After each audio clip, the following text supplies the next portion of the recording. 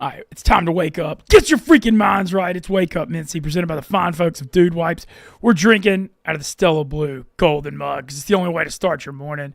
Drinking that positive vibes only light roast. You can find it in Chicago at Stan's Donuts and Coffee Shop as well. Love Stan's, but man, there's no way to start your morning like chugging some Stella Blue and turning the freaking heat up. Let's go. Joined as always by Tyler Moody from Louisiana.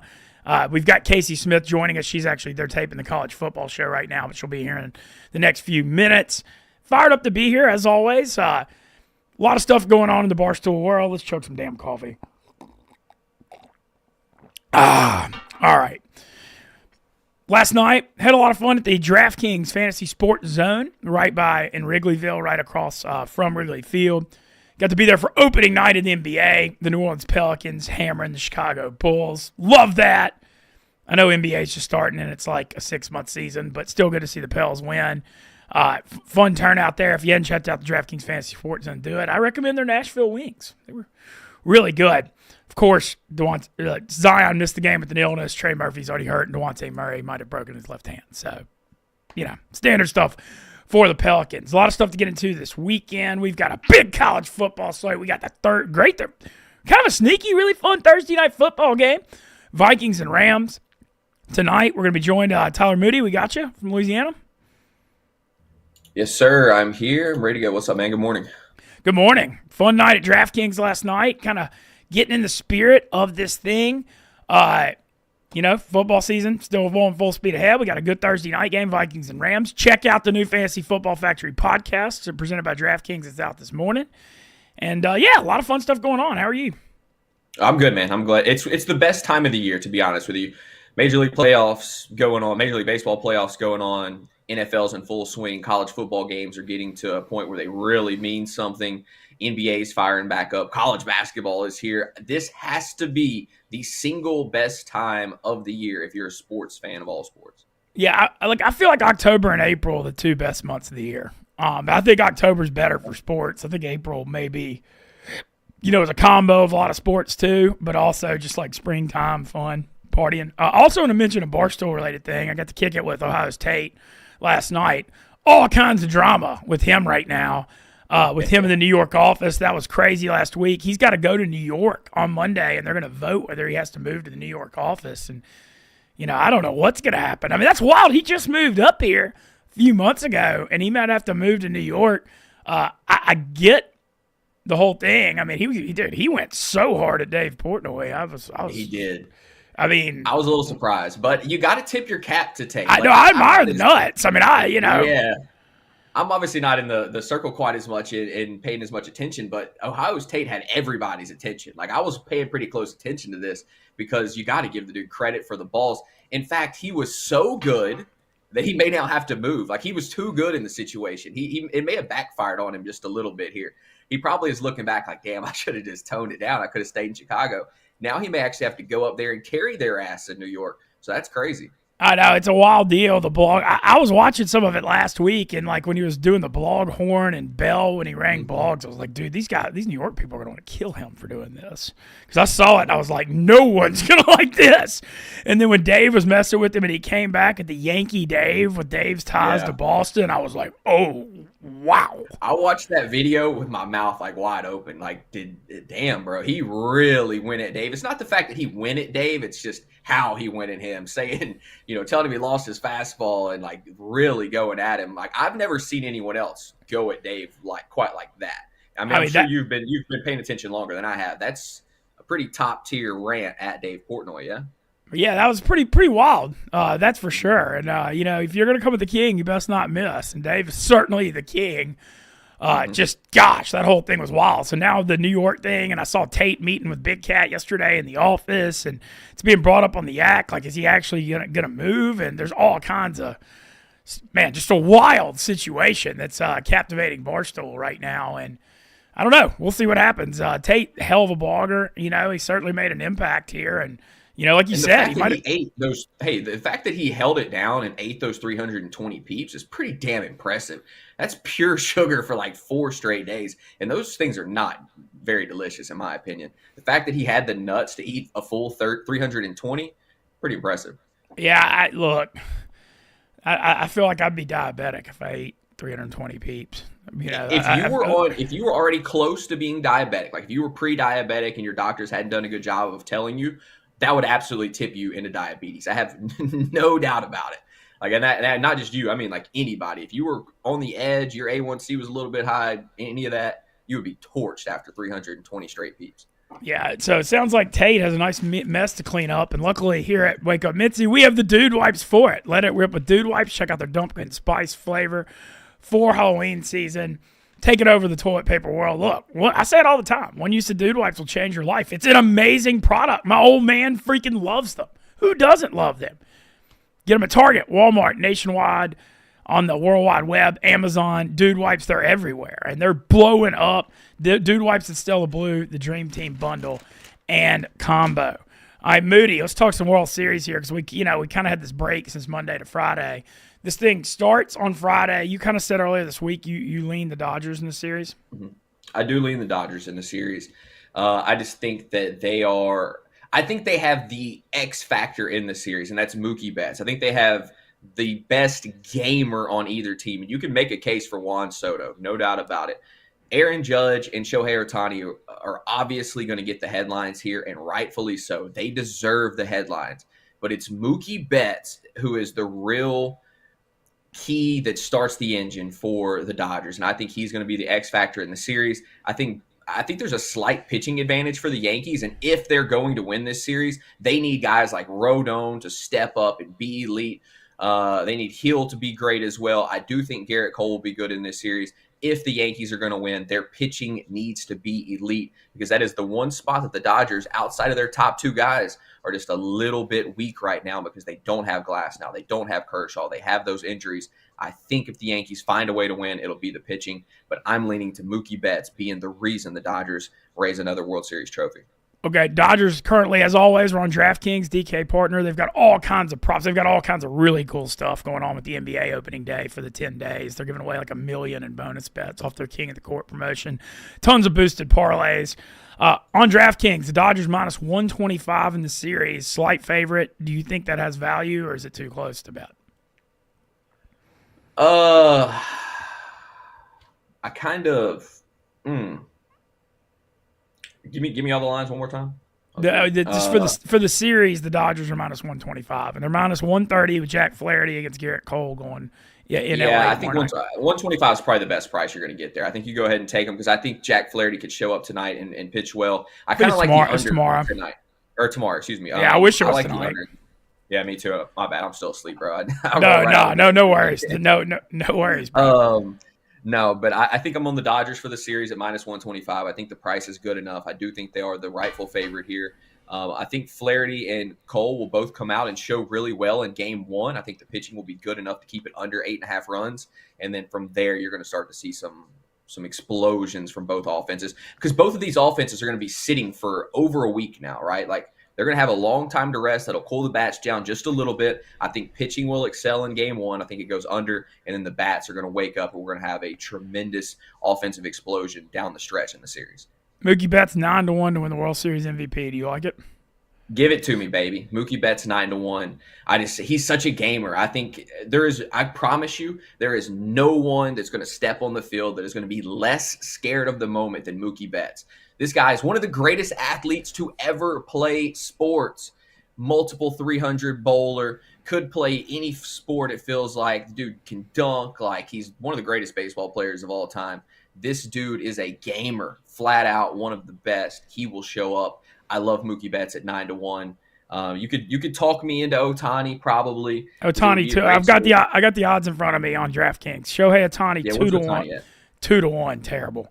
Aaron Judge 4-1, Soto 5-1, Giancarlo Stanton 8-1, Mookie Betts 9-1, Max Muncy 10-1, and then everybody else is 25 or more.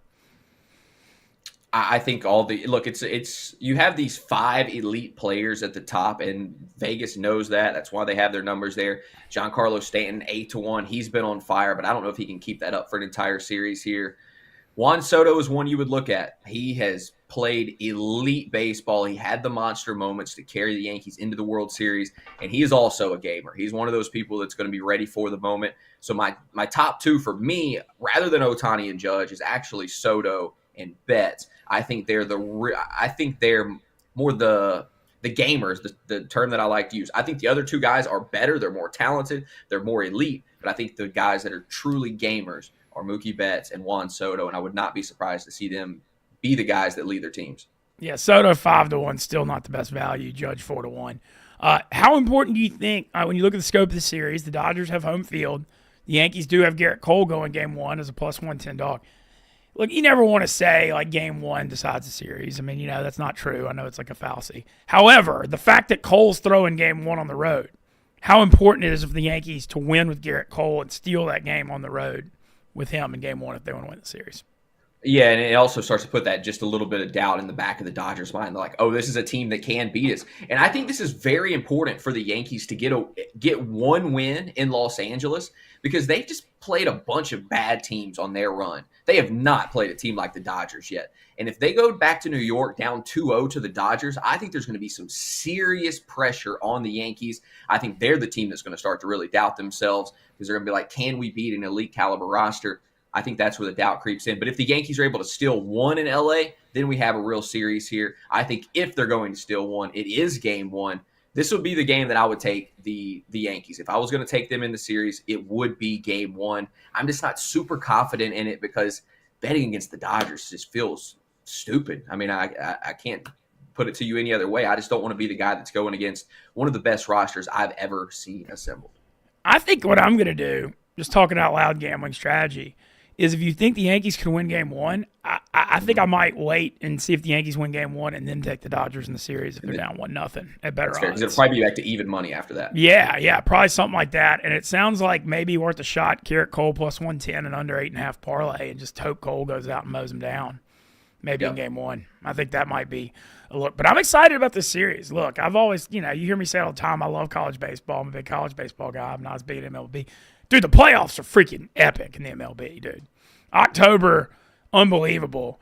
And I'm really looking forward to it. And you got, like you said, I mean, this is the Major League Baseball dream matchup. You got the two biggest markets in New York and LA. You got Ohtani taking this thing worldwide. The Yankees are a worldwide brand, too.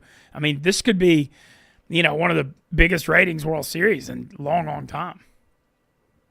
No, it should be. Like, if Major League Baseball is in a very bad spot if this World Series plays out and it's a great World Series and they get low ratings. We're going to know that people are just kind of done with baseball. And I don't want that to be the case. I want this to be the series, the season that reinvigorates people to come back to baseball and they have their best ratings ever.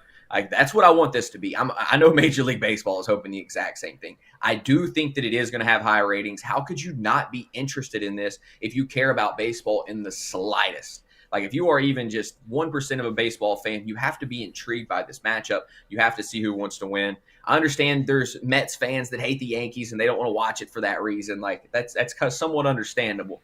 But I think if you truly love the sport, you're going to want to be in front of your TV to see what happens between two of the greatest players to ever play the game and two of the best lineups to play the game, because you have this combination of Soto, Judge, and Stanton, and then you have the 1, 2, 3 of Ohtani, Betts, and Freeman. How could you not be interested in that?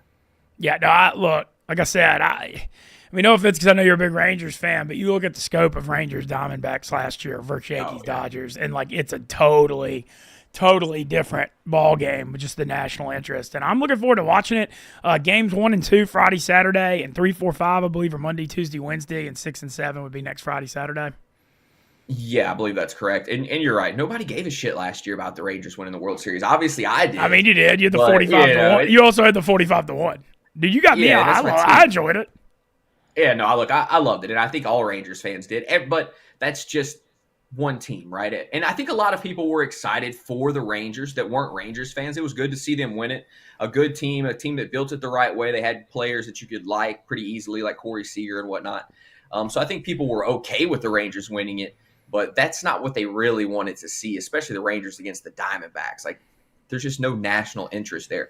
This year, you have the national interest, and it's not just the fact that it's the Yankees and the Dodgers. This is like two of the greatest Yankees and Dodgers teams ever assembled as well, on the Dodgers side at least. Like, yeah, it's a great Yankees team too, but this Dodgers team, one of the best lineups ever assembled, and they'll not have a chance to prove that, though. If they beat the Yankees in this series, a lot of people are going to start to turn to that this is one of the best lineups to ever play the game. And I already think that it is. Now it's their chance to make that a concrete statement.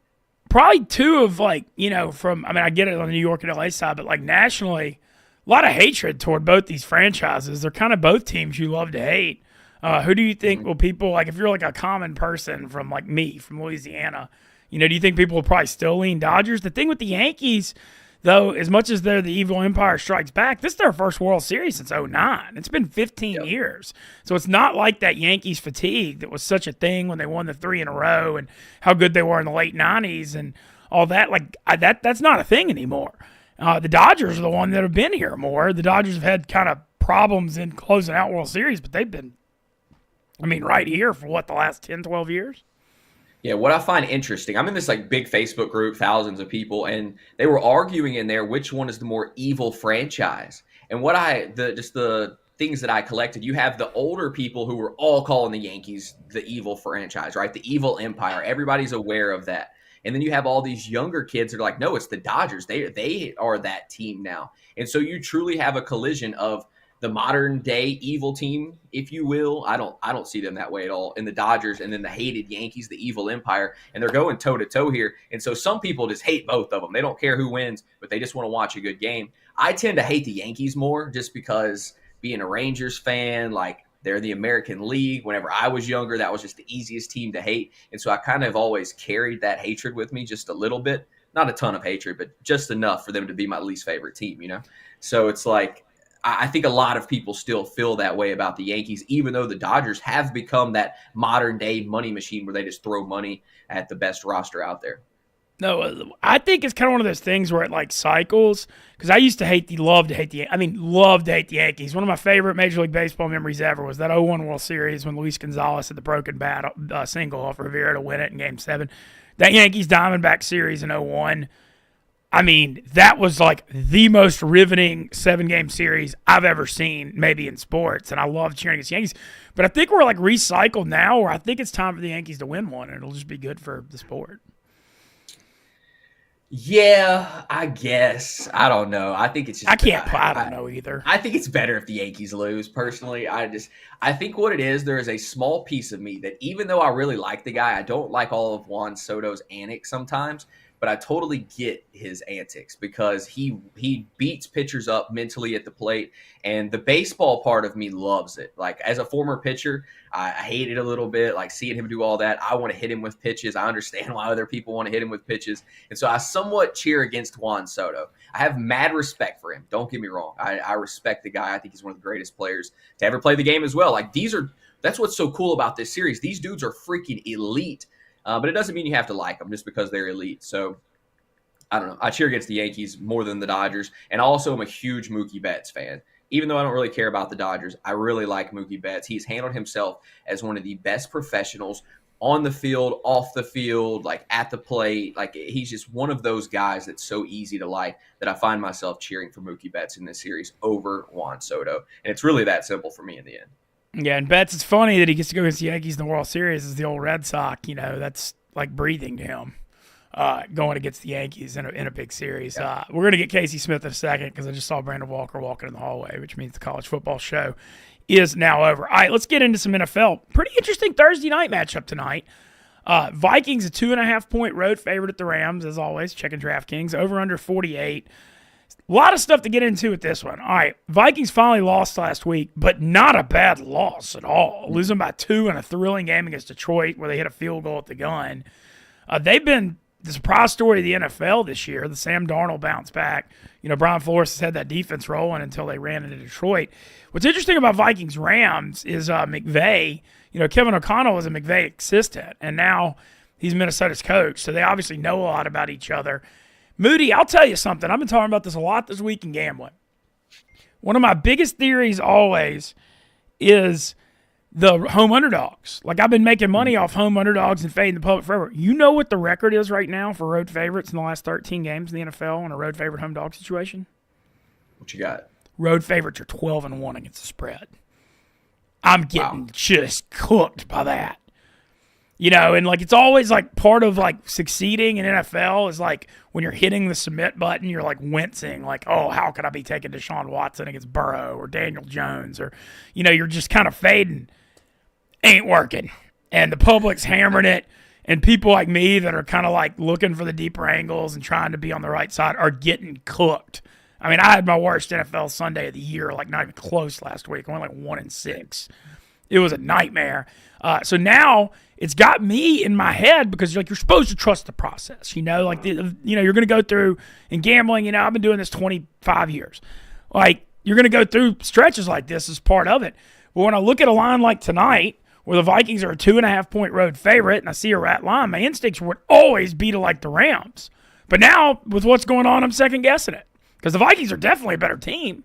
And the Rams, I don't think Kupp's coming back tonight. I'm not sure what the report is on that because people were talking about him back last week, and he wasn't. We'll look that up. But if he's out, the Rams just aren't explosive on offense. McVay squeezes everything he can out of Stafford, and there's actually Stafford and Kupp trade rumors right now too. Well, Cooper Kupp has been cleared to make his return. He's been removed from the injury report. He is expected to return tonight, and I believe that has to be the reason that this line is only 3, because I think it should be 5.5 plus. I understand it's a road game for the Vikings, but what we've seen from these two teams to this point in the season, this line should be 5.5 plus, but it's only 3. It has to be the Cooper Kupp effect. But like, is he worth 2.5 points? Like, he's worth. I think he's worth. I think when I watch the Rams, he's worth the point. I mean, if he's healthy, I think he's worth, I really do. I mean, like you saw that Detroit game, we had 14 for 110 on Sunday night, and they almost came back and won that game against what people feel is the best team in the NFL now. I mean, Kupp is that good in that offense, but they just did not have a nuke. They just don't. The rest of their guys are just guys. Kyron Williams is good. What? Say it for us again. Puka who? I'm Puka. Yeah. But. I don't know. They just don't have like those elite speed playmakers on the Rams. Kyron Williams is really good. They do have a good running game with Kyron, though. So, I don't know. Kyron can catch the football out of the backfield. I like the Rams in this game. My initial thought was that I like the Rams. Now you're making me second-guess myself a little bit. The fact that the line was only 3 was what stood out to me. I thought it should be higher. I thought it should be 4.5, maybe 5.5 is really where we do this thing, and you and I started doing this a long time ago, where before we look at the game, we guess the line in our heads, and I want to see how close I am to the line. And normally, if I'm right on it, that's a game that I end up taking because I feel like I have a good read. I'm thinking the same way Vegas is thinking. If not, if I'm way off, I usually stay away from it. This is one that I'm pretty far off on because I thought the Rams, should be 5.5-point dogs here. They're only 3. We'll see. 2.5 on DraftKings. I kind of am leaning Rams the more and more I talk about it. 3, the line is lower than we thought. Kupp is back. Short week for the Vikings traveling. I think this is a spot where I got to like not overanalyze it and trust what like my style that has worked forever. Don't get away from it because it's been a bad couple weeks. That's like short-sighted. Don't lose confidence. You can't like overrate the last week. So I think I'm probably going to be on the Rams tonight and hitting kind of wincing as they hit submit. All right, we're going to also for the Rams. Well, if they have Cooper Kupp back, this is kind of a last-ditch effort for them. They cannot take many more losses before their season is just over. Like they're still somewhat in the hunt here, but it could be over very quickly. They have to show up and play their best game of the season tonight. They need a win desperately. I think you're going to get their best effort, especially with Cooper Kupp back. I like the Rams.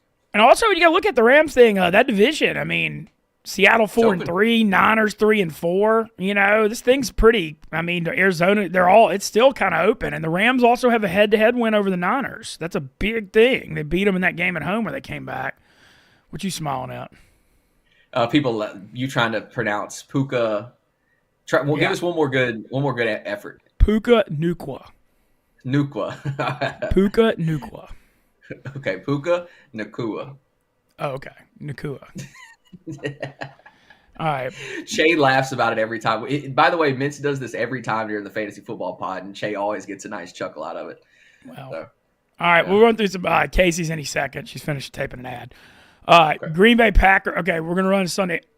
We're gonna run. Oh hell yeah! Come on, we got Kayce Smith joining us here on the Wake Up Mintzy. I'm gonna bow out of the way and let Kayce take over. All right, sounds good. You got your mic's on. We're good to go. We'll join by Kayce, who love having Kayce in the Chicago office. Thanks, Mintzy. Making it in here, making your weekly trip, doing the college football show and the pro football show. How are we doing today? I'm doing good. Spider wanted me to tell you that you need to have good intentions with me. I don't know what that means, but he said he was going to escort me in here, and he said I want him to know that I know he needs to have good intentions. Okay, well, Spider's the king, so whatever he says. Look, Spider, I feel like he, on the Barstool office thing, most underrated amount of respect for somebody is how much people love Spider. I also notice when he's not around immediately, because things aren't just like people do great things around here. Spider is just always around. Like, he's just always in a good way. Like, he's just making sure things go smoothly. But he just escorted me from the Mostly Sports studio into here, and he wanted to make sure I got here safely. So what a king. That's very couple doors down. That's very sweet. Well, I want to jump right into it. Obviously, you just did the college football thing, this A&M thing. I mean, this thing right now.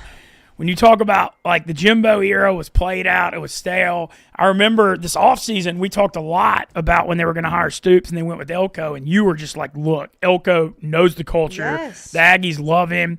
You know, the year he was the defensive coordinator, they won the Orange Bowl and were 5th in the playoff when it was 4 teams. I think people kind of forget about that year because it was a COVID year. I forget about it. When I talk shit about Jimbo, I forget about that year sometimes. Yeah, and now all of a sudden, it's funny to me, all right, and you obviously do college football shows and stuff for a living. Every year, the fans and everyone gets so hyped up for 3-6 months for that week 1 game. And everybody overrates it because we hadn't seen college football in like 8 months. Mm-hmm. And you look at both these teams, A&M losing by 2 touchdowns at home to Notre Dame, LSU losing to USC in Vegas. None of that means a damn thing right now. Those were both non-conference games. They were actually good losses for them because they got tested. You know, whereas like you look at Ole Miss playing a cream puff war, and that ended up costing them in the SEC. And now this A&M thing. I mean, you're tough at the line of scrimmage on both sides. O-line and D-line, both really good. You got the leading rusher in the SEC. The Purdue transfer, Scorton, probably best defensive player in the SEC. Scorton's amazing. Yeah, unbelievable. And now all of a sudden the Aggies, with 1 loss, have LSU at home in Kyle Field Saturday night. Texas is at home, which could be, I mean, first game since 2011, could be for a playoff berth, could be the biggest game ever in Kyle Field. Things are, you know, I know you got to be careful, but things are kind of lining up nicely. Can I please tell you that, we just got done with the college football show, and like, no spoilers. We had a fantastic segment about it because Dan's just a mean person when it comes to A&M. Mintzy, if I'm sitting at a desk with Dan Katz, which is a lot over the last 8 years, if A&M comes up, he's just going to be mean. He's going to be nasty. He's going to be ugly. It's not bringing me down because I think that this team is for real. We'll see how for real, but they're definitely a playoff team. And you just mentioned it. The defense with Nick Scorton leading it, 5 games, they've allowed less than 20 points. The biggest thing to me is when you look at the loss against Notre Dame, Connor Wigman was not the Connor Wigman we've seen playing. Obviously, he got hurt. Marshall Reed came in. But this is a different team, which we see a lot. And maybe this is just me being, a Brian Kelly hater a little bit. You can help me with this. Brian Kelly will win the games he's supposed to, and then every single time they have a big game, at least when he's at LSU right now, and sometimes at Notre Dame, he can't do it. This is for the number 1 spot in the SEC. A&M 4-0. A&M and LSU are the only 2 teams in the conference without a conference loss, so obviously one of those teams will fall this weekend. At Kyle Field at night with everything firing on all cylinders for A&M. And Garrett Nussmeier is really good for LSU. But A&M's defense is also very good. So I am very excited. I think 2.5 points seems pretty fair. But I'm also very biased, Mintzy. I believe in this team, and I believe in Mike Elko, which has bitten me in the ass my entire life. Well, so when you look at this matchup, like for the first long time in the SEC, LSU won this game like every year. But now the last 6 years, it's been the home teams won it. Yeah. And so it's kind of been even and out. The home field advantage is the thing. On the LSU front, Blake Baker, man, worth every penny. I mean, this defense has less NFL talent than any LSU defense I can remember, and their improvement from last year this year. I mean, you saw them hold Arkansas to 10. They held Ole Miss to 26. Whit Weeks looks like a monster. Their improvement's unbelievable. But I'm kind of inclined to agree on A&M. When you look at LSU, I mean, they had a tough win against overtime against Ole Miss 2 weeks ago, one on the road at Arkansas last week. Second road game in a row. I'm sorry. This is a tough spot for them. It's tough. And these games are always going to be, you know, I mean, we looked at what was it? Was it 2019 that had the million overtimes and like crazy things have happened. But the fact that we are at, you know, it'll be October 26th, it's the end of October, and you're looking at an undefeated in the SEC, A&M, undefeated in the SEC, LSU. And we know how good Georgia is. We think we know how good Texas is. There's teams around there, but just the chaos that's looming in the SEC right now is crazy. And I just think A&M is going to come out on top. Do I think that means A&M is going to go undefeated in the SEC? That Texas game scares me, like you mentioned, but I am very confident in them this weekend, which is terrifying. Well, when you look at the A&M thing, they have what's interesting right now is because, like you just said it, they're A&M and LSU are the only undefeated teams in the SEC. If you get through the SEC 10-2 record, you're going to make the playoffs. I guess Missouri's the only team maybe that wouldn't. They stink. By exactly. the way. They stink. They're going to get slaughtered at Bama. So you look at A&M right now with LSU at home. You got at South Carolina, at Auburn, both really tricky, especially at South Carolina. And then you've got the Texas game at home. I mean, if you go 3-1 here, you're gonna make it. And I have to say, like, I wanted Notre Dame. Like when Notre Dame lost to Northern Illinois, I laughed because I was like, haha, like you guys were on cloud nine because you beat us, and that's fair. They're allowed to. And for a while, I was like, Notre Dame shouldn't make the playoff. I don't want Notre Dame to make the playoff. I'm now rooting for Notre Dame because, you know, they play Navy this weekend. Navy's pretty good, undefeated. They play Army later in the season. But now I need Notre Dame to win out because that makes A&M's loss look even better, right? Like that, like we need Notre Dame to stay relevant, which I never thought that I would say. And I think they're going to be fine. But I mean, this is gigantic, especially for Mike Elko in his first year, Mintzy. I'm so in. Yeah. I'm so in. Well, it feels like just a culture change thing. You know, the Jimbo thing was just stale. And then Elko, you know, a lot of people transferred out, but they still had so much talent on the roster because they recruited well. But it seemed like they kind of weeded out some bad apples that weren't all in. You know, and it's like way more of like a positive culture now. And then Elko, you know, tough guy, you know, they've got an identity with being tough at the line of scrimmage. Look, they got something going here. I feel like I'm overconfident. It's Thursday right now. By the time Saturday night comes around, I might, you know, we'll see. I usually get more and more confident, and then my heart gets broken. But I think Mike Elko might be the cure to that. I don't know how far we go this year. I definitely think that we're going to make the playoff. But Mintzy, I'm scared. I'm scared. You know how these games go. You're an Ole Miss fan. No, I'll tell you right now, like, you know, I'm older and I try to detach myself. Of course not. I'm still hurt by that LSU game. I mean, that one's going to hurt me for a year. No business losing that game. I think you guys kick the shit out of Oklahoma this weekend. But it doesn't. Yeah. Oh, yeah. Oklahoma. Yeah. No, Oklahoma's 20-point favorite. Is Oklahoma, okay, Oklahoma, Mississippi State, or Auburn, who's the worst team in the SEC? I think it has to be Oklahoma. I know they won at Auburn, but, like, they're so bad. Mississippi State's very bad. But they fight. And they've got a quarterback. They've got some things moving. And the thing with Mississippi State, too, I mean, obviously the Mike Leach, you know, tragedy was a few years ago. They've got a new head coach. They're trying to figure things out. Oklahoma fans tried to tell me and everybody in front of God that Venables was the answer. And, like, Lincoln Riley's not looking good at USC, and, like, he's stinking right now. Venables sucks as a head coach there. I think firing their offensive coordinator, like they're starting Jackson, they have no clue what they're doing. You guys are going to just curb stomp them this weekend. Yeah, I feel fine. What a good bounce back spot off the bye. When you look at the Oklahoma thing, it's losing Levy and Gabriel killed them. I mean, I know Dylan Gabriel obviously looks great at Oregon, but like, why is Venables like? He can't figure out a quarterback situation. He just can't do it. No, and their offensive line stinks too. And I remember like I actually picked them 6-6 preseason because I was like, they got a young O-line. This is gonna be bad. Their schedule is really rough. Ole Miss should bounce back. Some other SEC games. You just said it. I agree. Missouri stinks. Is this finally the week Bama whoop somebody's ass? Yes, it feels like it has to be. And first of all, again, like I know I'm gonna. Anytime A&M kills somebody, I'm going to talk about it forever. Missouri fans shouldn't, like, after the A&M game when they got, embarrassed. And they had a bye week. They had a bye week the week before, and Luther Burton, who is very good, like, Brady Cook. They looked like absolute shit. And then to come back after that game and still be talking about how Missouri should be in the conversation, like, the SEC is a mess right now. There's no doubt, especially now that Texas lost. Missouri is not in that conversation to me. Like, Missouri, they won a couple games and they, like, kind of snuck a few out. They're not good. They've got talent. They're not good as a team. I think what it really says, I just mentioned it talking about LSU, shows you how good Baker is. Because Missouri had like a first-round defensive lineman and 3 guys in the secondary go to the NFL. But, you look at what's going on at LSU and how much Missouri's falling. It really shows how good he is. Some others, I want to ask you about this Georgia-Texas thing. What did you think of the Texas fans' behavior last week? So, that was wild. Throwing beer and it was wild. So this is my taking my unbiased hat off, and I did this during the game and I tweeted it. That was one of the worst pass interference calls I've ever seen. Like, of course, like the Aggie in me was like, oh, that's funny. The college football fan was like, that is a horrendous call. It was a bullshit call. Do I think that people should be throwing stuff on the field? No. Do I think it's a little dangerous? No. But it was funny. It was a funny moment to me.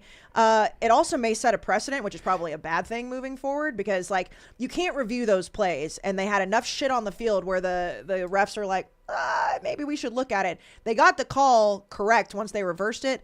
Throwing shit's probably a no-no. I would say it's frowned upon. Yeah, I'm for that. Ole Miss fans clearly have never thrown anything on the field. We're totally above that. Yeah. It's college kids, and they've all been drinking, right? Like that's what's happening. No. What did you think about Matthew McConaughey telling them to stop? I think McConaughey's a funny dude, and I like that he did. I like that he said that. I think it was really, really funny that he's at least trying to take some ownership. The thing is with college, though, college football is great because of these rowdy fan bases, but then there's just always a few that take it too far. And like whoever the LSU kid was that shoved me in the concourse coming out of the game, like there's asshole. Like you could call you're in the same business as I am. You can call me and you get called, you deal with it too publicly. You get called every name under the sun. Like no words are going to ever bother me. Just no physical touch. Yeah, no, the physical part is the problem. I would say to that person, you're an asshole. The thing is like Texas fans, and I saw a lot of Aggies being like, see, we tried to tell you, they're college kids and college fans in general are going to kind of lose their shit. It was a bad call in a big game, but what was really funny to me, and it was on both sides, it was Georgia and Texas, both of those teams are always used to getting refs call their way, right? Like every time Georgia is playing somebody inferior, they get the calls. Texas has been the king of that in the Big 12. They always get the calls. It was like neither fan base knew how to act because they were getting calls that go against them that they normally don't. That's what the biggest takeaway for me is like that was a horrible call. It was a bullshit pass interference. Shouldn't have been called. And Texas fans are like, wait a minute. We never get these calls, and they didn't know how to act. They couldn't act like they'd been there before because they never have been. Well, the Texas thing, everybody was trying to anoint them last week, and I actually was guarded on it. I was like, look, as good as they've looked, Oklahoma and Michigan can't throw forward passes. So, like, we can't. Michigan is ass. Oh, yeah. They're both so bad. And I still think Texas is really good. Now, let's get into this week because now they got a weird one at Vandy. Texas is an 18-point favorite. I feel like Vandy is going to be like a super public pick this week. Like I always worry about like when the upsets happen, you kind of have to like not see them coming. And I feel like everybody with Texas having a loss last week and, everybody just seeing Vandy beat Bama, I feel like everybody's thinking Vandy's got a shot here. They are 7-1 money line on DraftKings though. I feel like it's like a spot where like even if Texas kills them, if you put 50 on Vandy to win 350, you don't even care if you lose. Yeah, no, so we have a dark horse DraftKings parlay on the college football show where like four of us put in our underdogs, and my pick is Vandy plus 19. Yep. And I think that Texas is going to win the game. I do. But I think that's way too many points in the SEC. And we've seen, Texas, like they're not going to go up against a Georgia defensive front in Vandy. We know that. But Texas, they were shell-shocked. They were absolutely shell-shocked. They had not played any type of defense. They had also not played a quarterback. And Diego Pavia is not scared of anything. Like when you look at Texas' big wins this year, Michigan, like you said, they can't throw a forward pass. Oklahoma doesn't even know who's playing quarterback at any given point. Mintzy, you could go out there and play quarterback. Carson Beck had probably like a C+ game, maybe a C game in the first half. They ended up figuring it out. Diego Pavia and this team, they're scared of nothing. And I just don't see anything from Texas that says that they are 19 points better than this Vandy team. Seems like Vandy's power ranking, when you look at the point spread stuff, like Vandy, they lost at Georgia State. They struggled. Like last week, they didn't even care. They just went through the motions against Ball State because it was a between game. But I feel like their power ranking is still kind of like low. And you see Texas, I don't know, 19 just seems crazy. It seems nuts. Yeah. But I just don't see a world where, now I say that. Texas is going to come out pissed. But the issue was not Quinn Ewers. I mean, he had some issues. The issue was not Arch Manning. That offensive line could not stop Georgia. Now, obviously, Vanderbilt's defensive front is not Georgia. They're still pretty damn good. I mean, they rattled Jalen Milroe. They gave him a lot of problems. We saw them beat Kentucky. I just think that's too many points. And if you told me right now that Vanderbilt wins that game, I'd be really excited because I'm petty. Oh, I'd love to see it. Who doesn't love the Vandy come up though? I mean, Diego Pavia is so awesome. Yeah, I mean, I love him. I love it. Johnny's his hero, Yep. and he watched the film of A&M beating Bama like 100 times, and he went and did it. I know Dan called him on the college football show today the Johnny Manziel light. Like he's just, he's got. He wears the two. Yeah, I mean he's fun to watch, and this Vanderbilt team just doesn't. It's not like a Vandy team that we've seen our whole lives watching college football, where it's like, okay, like they've got some good years, and then every other year like they are the worst team in the SEC. You have no issue saying that, and then maybe they like sneak out an upset. Like this is a good football team. Are they as good as Texas? I don't think so. Their talent isn't, at least. But 19 points is far too many for this Vanderbilt team. No doubt. They fight every week. That one will be fun. Some other ones, maybe not like the best SEC slate. You mentioned the Notre Dame Navy thing. Notre Dame a 13-point favorite. It's a neutral site game, I believe. Yeah, it's at MetLife. Okay, it's at MetLife. So they play Navy at MetLife and they play Army at Yankee Stadium. Oh, wow. Well, gosh, it's awesome seeing Navy and Army being so good. So we did this trivia question. I had no idea the answer. Do you know the last time that both of these teams were undefeated, or both of these teams were ranked, who the president was?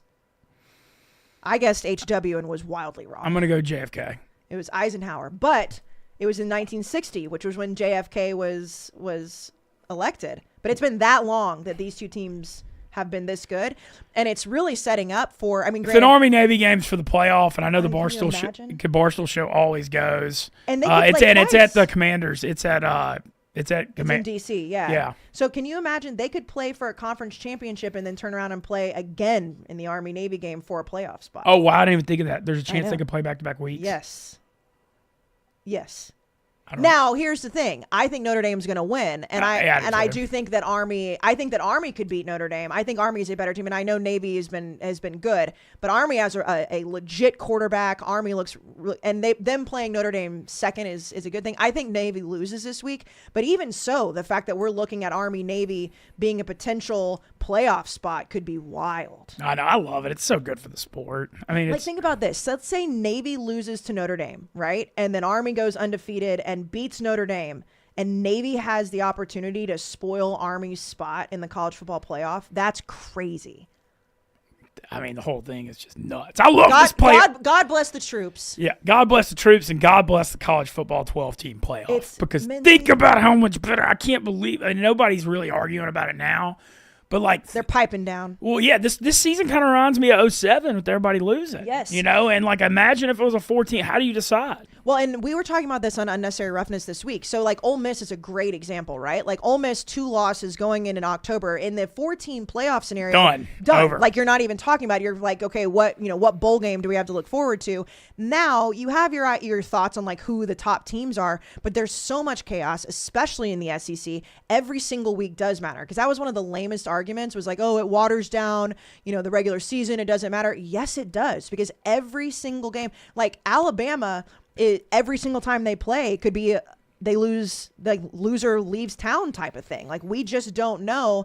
The Big Ten is interesting because you've got Indiana undefeated. Like the whole thing is so much better now. So much better. Speaking of Indiana, I got to ask about this because I've been loving riding this thing. I was on their over win total, and I've been taking them every week. That atmosphere, like you go to a lot of college, obviously you go to bananas last week watching that in Bloomington. Holy shit, Mintz. So first of all, anytime we do like early morning shows when it's the 12 o'clock or depending on the time zone, the 11 o'clock kick, you know how crazy those kids are. I got on stage. I actually said it during the show. I could smell booze from all the way up where we are. That's very rare. And there was all these girls in the front that were holding up their phones. It said, we've been here since 6:30 a.m. The atmosphere there was crazy. And that's why we love doing shows there. Because obviously last week it was Texas, Georgia, right? Like Alabama, Tennessee were those 2 big games. when you go to a place like that that's not used to having the football team that they do, Nebraska with all the hope in the world, even though they lost to Illinois, those are the best games, and they kicked the shit out of Nebraska. They left their carcasses on the field. Holy 56. cow. The only thing that sucks, the quarterback, Roark, got hurt. He's going to be out 2 weeks. He's going to be out 2 weeks, but he didn't play a lot. I mean, granted, Nebraska. The backup has some experience, too. Yeah, he didn't play most of the second half last week against Nebraska. So, I do think that plays into it a little bit. I can't bet against Indiana until I have to. Like last week I was thinking, okay, like Nebraska, and I said this on the show. The vibes changed it for me. I put money on Indiana, and I'm so glad I did because they're rolling. And Cignetti is awesome. Yeah, I mean, like you said, the part of my take said it. Just Google me, I'll win. And he brought 14 starters from James Madison, one-loss team, and then he let the James Madison quarterback McLeod go to Texas State and upgraded with Roark, and then they're just rolling. I wish the only thing I'm mad about is not having like 100-1 or 200-1 Indiana Big Ten ticket right now because I have the win total and I've bet on them every single week except I didn't at Northwestern because I'm an idiot. But it's okay, it happens. No, it does. But they're one of my favorite stories of college football. Looking at it right now, who do you think the best team is? I mean, you feel like you could even Ohio State, even though they lost by 1 at Oregon, that's not like a bad loss. I think they're still really good. You could argue Oregon. SEC wise, Georgia certainly made the statement last week, but they'd look. I mean, if I have to take Oregon, which is so chalk because they're the number 1 team in the country, but like I had Oregon, my preseason favorite. I think that Dan Lanning and Dalen Gabriel together were going to be great. They started off so slow. That's the issue, is that they had some games that were really close and everyone was like, oh, what's going on with Oregon? They got up when they needed to, and Ohio State's defense could not stop them. And Dylan Gabriel had some absolute great plays. So I'm going to say Oregon just because of where they're at, and they did get battle tested against Ohio State. Georgia's terrifying. I understand they lost to Alabama. I know, it feels like they're turning it up. But how many teams go down 28-0 the way they did? And Alabama have those perfect 4 series. Jalen Milroe looked like he should win every Heisman for the rest of time. And for them to battle back and they didn't win the game, but most teams don't have the firepower, the star power, whatever, to even dig themselves out of that hole. I mean, Georgia's right there. I don't know. That's what makes this so fun. That's the best because anybody could beat anybody in this playoff. I don't think Penn State. Yeah, I'm saying that too. Okay, that game. What did Dan say? Because Penn State 6.5 at Wisconsin. He's all on Wisconsin. I feel like they have a good shot here. I feel like there's like a lot of worlds where Penn State wins by 3 here. Yeah, because I'm not convinced on Penn State. I'm not convinced, and I don't know if it's a James Franklin thing. Miami's obviously winning. They can't play defense though. I know. Last 3 weeks. Okay, this is unbelievable stat. Miami's allowed 116 points and is 3-0. It's crazy. I mean, they look like what's weird to me. And Cam Ward's awesome. I mean, he should be the front runner for the Heisman to win with the team. It's so weird to me. They just look so slow on defense. When you watch them on TV, they're just like moving in slow motion. But Cam Ward is so good. But you know who else is sneaky up there? And I know they lost to Georgia. They look horrible. They look really good. But Clemson is rolling right now. I mean, they're scoring, 40 to 50 points. Everybody wanted to bury them because Cade Klubnik looked like shit. But that was one game. And again, you talk about week one. Things get figured out, and they're just quietly sitting there. And it's crazy to say that a Dabo Swinney team is quiet. They're just quietly sitting there in the ACC, and they're just rolling teams right now. I definitely think they're better than Miami too. But certainly time will tell. God, I love this season. And then the Big 12 thing's wide open. I mean, the BYU is now the favorite? Even though they're an underdog at UCF, anybody can win that league. I don't think there's any national championship contenders. We've been talking about that with the Big 12 is that it's a really exciting league. The conference itself is awesome. You've got Iowa State there. You've got Colorado with only 1 loss there. You've got Kansas State. But there's nobody in that group that you're like, okay, they can win a national title. No. If I'm on the playoff committee and I'm looking at it whoever wins the Big 12, they get in. No other Big 12 teams get in my opinion. Yeah, it feels like whoever gets the 5 seed is the sweet spot because then you get the home game on campus. You get to play the best G5 team, which, could be Army or Navy or, we're not sure. It's Boise maybe. But and then you get a home game on campus and then the 4 seed's the Big 12 champ. Right. So, I feel like that's the spot you want because, it would just get an on-campus home playoff game, and then you get to play the Big 12 team. I think that might be the sweet spot. Brandon made the argument, too, which that maybe, and obviously this year it can't change, but that maybe they shouldn't just give automatic bids to the conference winners because, the Big 12 is clearly a much lesser conference than the SEC and the Big 10 and arguably the ACC at the top. So why do they get that automatic bid? That's a great question because I don't want to whoever it is in the Big 12, I don't necessarily think that they should get a bye. Well, I don't think they should get a bye. I don't mind the automatic bid. I just don't like the 4 seed. I think you could That's fair. get a top 12 and get in, but to give them an automatic that's bye fair. and That's 4 fair. seed, I'm fine with the Power 4 teams winning, but to give them an automatic bye. That's because the problem. whoever loses the SEC championship game is probably a top 4 team. Easily. And then same thing with whoever if it's Ohio State Oregon rematch or whatever happens. If Ohio State, Oregon, so hypothetically, they go and they play in the Big Ten, which I do think they're going to play in the Big Ten championship, and Ohio State beats Oregon in a close game, the same way we saw Oregon beat Ohio State, those are the two of the top teams in the country. Maybe not the top 2, but they are.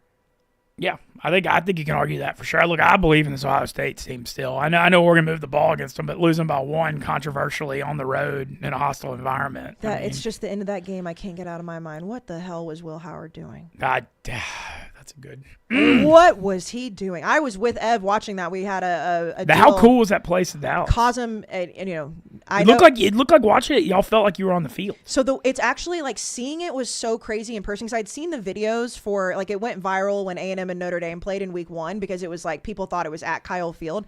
The way it is, it's literally like a dome, and to the point where our little table and section was all the way to one side. The sidelines and the tunnel to go in the locker room, people walk by you at Autzen Stadium, and it looks like they're just walking by you. It scared one of my girlfriends a couple times, because she was like, what? Because that's how crazy it is.